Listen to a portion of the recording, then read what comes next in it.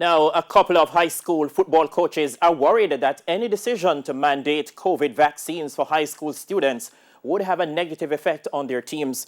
But as we'll hear in this report from Jordan Fort, one highly qualified medical doctor doesn't believe there is enough scientific evidence to mandate vaccines before high school students can return to in-person learning. The government is currently on a drive to vaccinate high school-aged children against COVID-19 with a view to resume in-person learning on a wide-scale basis by October. And the Education Ministry recently announced that it will give priority to vaccinated students to return to the classroom.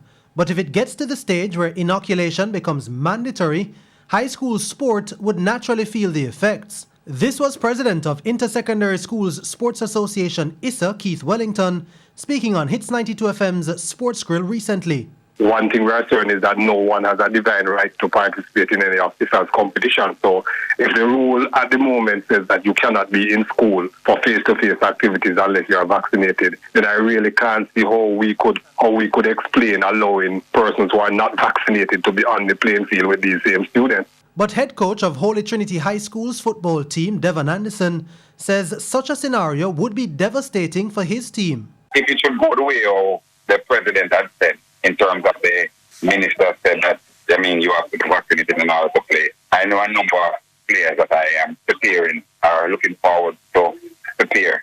I know they will go out because their parents share that. No way. Coach of 2019 Ben Francis Cup champions BB Coke High, Kemar Ricketts, has similar concerns. Some of the parents agree, and this from my personal team. We're over 70% vaccinated already, but I've still lost players who is against being vaccinated.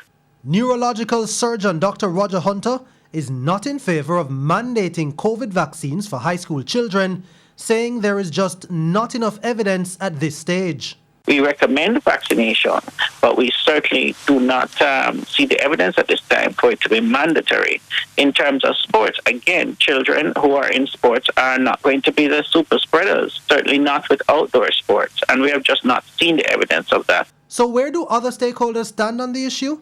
Opposition spokesperson on education, Dr. Angela Brown-Burke, just last week urged the government not to go the route of mandating vaccines for face-to-face classes. The Jamaica Teachers Association, JTA, has a similar view. President Winston Smith told TVJ News last week that he would like to see the government resume face-to-face classes with strict COVID-19 protocols in place, even for those who are unvaccinated. The United States-based Pfizer vaccine is the only one recommended for children as young as 12 years old by the U.S. Centers for Disease Control and Prevention, CDC. Jordan Fort, TVJ Sports. Thank you, Jordan.